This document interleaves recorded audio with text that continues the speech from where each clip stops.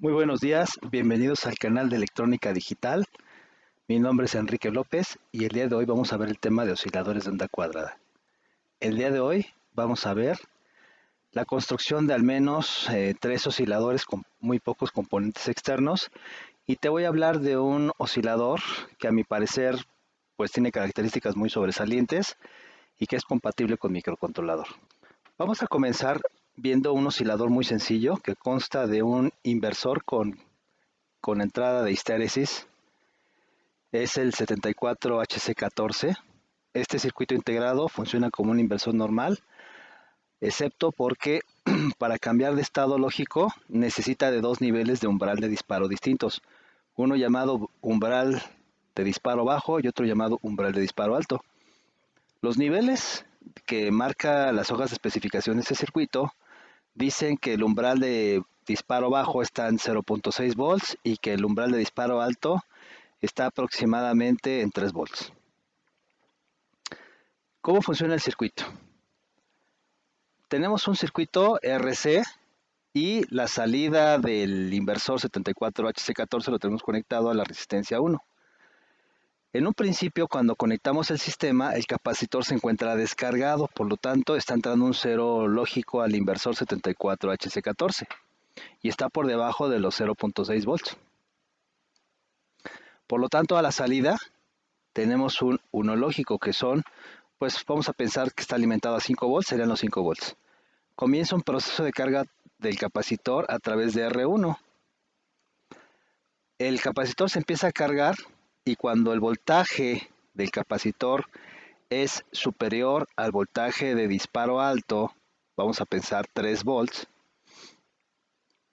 entonces el inversor cambia de estado y se va a cero en su salida. Cuando la salida del inversor se va a cero, cortocircuita R1 a tierra y es como si la resistencia R1 quedara en paralelo con C1. Comienza entonces un proceso de descarga del capacitor C1 hasta que el voltaje del capacitor caiga por debajo de los 0.6 y entonces el proceso vuelve a comenzar una vez más.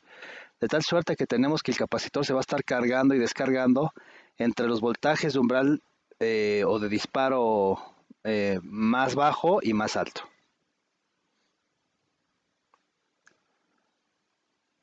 Las hojas de especificación de este circuito marca que el voltaje de umbral bajo es de 0.6 volts y hace unos momentos mencioné que el voltaje de umbral alto eran de 3 volts. Bueno, no, son de 2 volts. Ahora, estas mismas hojas de especificación te marca que para este tipo de oscilador existe una fórmula con la cual puedes calcular el periodo. El periodo es igual a R por C multiplicado por logaritmo natural de lo que tú estás viendo aquí encerrado entre paréntesis. Para hacer, pues llamémosle así, un ensayo, yo propuse una resistencia de 100 kiloohms y un capacitor de 0.1 microfarads. Al llevar a cabo todas las operaciones que me marca la fórmula, encuentro con que el periodo de oscilación está en 16.89 milésimas de segundo y al sacar la inversa obtengo que estos valores me dan una frecuencia de salida de 59.2 Hz. Observé que este circuito presenta jitter. ¿Qué es el jitter? Pues es una especie de inestabilidad en la salida que se ve en un osciloscopio como si estuviera la señal temblando. Es decir, unos instantes más, unos instantes menos, está temblando como gelatina. No me gustó mucho el circuito precisamente por esa característica. Ahora, esta característica se da pues por cuestiones intrínsecas del circuito integrado, de la temperatura, de los transistores, etcétera, etcétera. Un segundo generador con circuito CMOS, pero que ya no requiere que sea de histéresis, sino con un inversor normal, por ejemplo el 74HC04, pues sería este oscilador que se le llama RC de relajación. Necesitamos ahora tres inversores, un capacitor y dos resistencias. La resistencia Rin tiene que tener un valor de 10 veces más grande que R. Y también existe pues una fórmula propuesta en las hojas de especificación para este oscilador y te dicen que el periodo de oscilación va a ser igual a 2.2 RC. Sin embargo, yo al simular este circuito, pues esta constante de 2.2 me da valores cercanos pero no iguales. Me dieron de 1.5, luego en otro simulador me dio 1.9, Luego si lo armas en real, pues te puede dar otro valor distinto a 2.2. También presenta jitter y también no me gustó. Para frecuencias por debajo de 100 Hz, muy bien, pero ya por arriba de los 100 Hz no me gustó.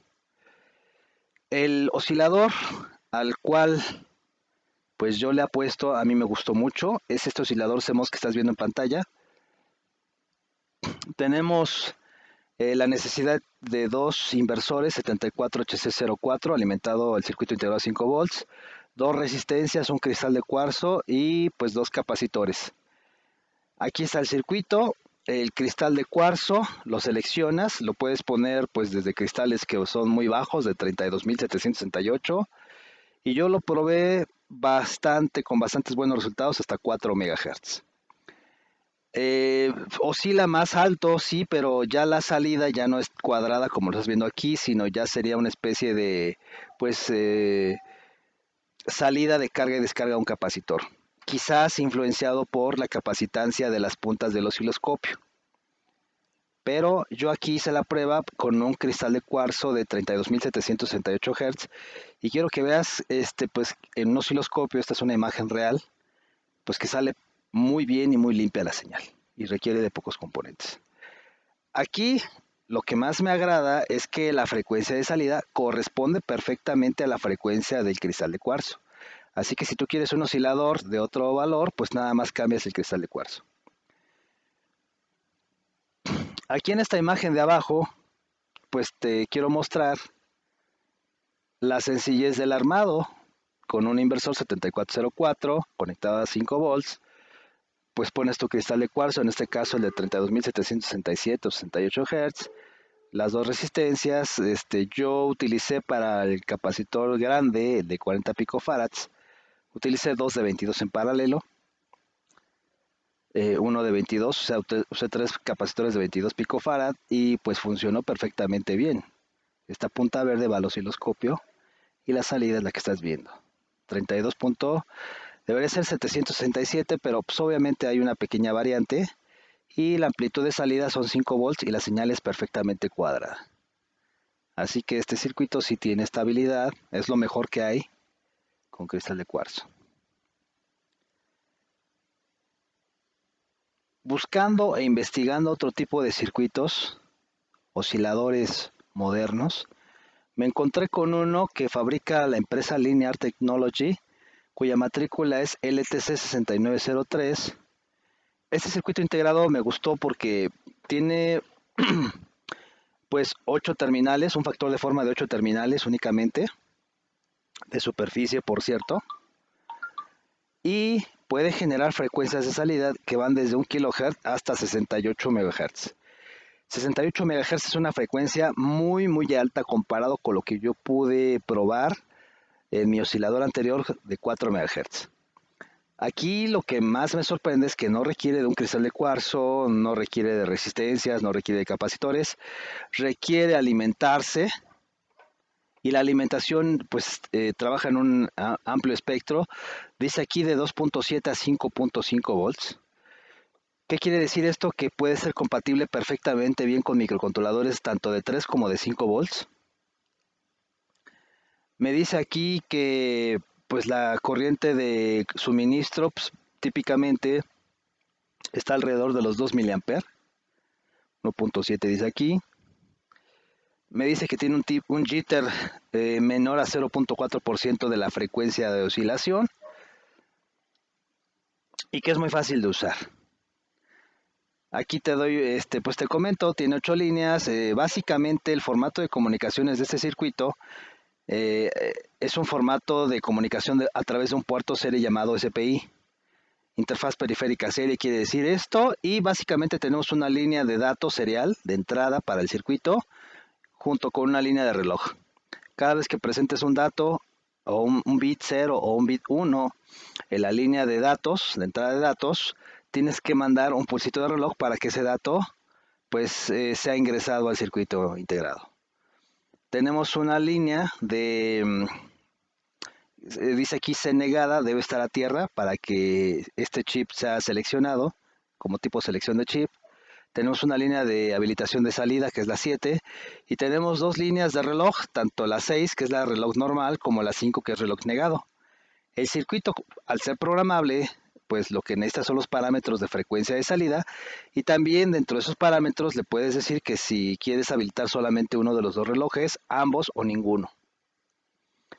Existe otra versión que es la LTC 6904 que trabaja con puerto I cuadrado C, también muy popular entre pues, los electrónicos y entre la gente que sabe usar microcontroladores. Yo en este momento no quiero darte información técnica de cómo programar el circuito y de cómo comunicarlo con un microcontrolador porque se sale de lo que es el objetivo de este video. Sin embargo, si tú lo solicitas, pues en el futuro podremos hacer algún video probando un circuito de estos con un microcontrolador. Pues sin más que mencionarte, agradezco tu atención y nos vemos en un próximo video.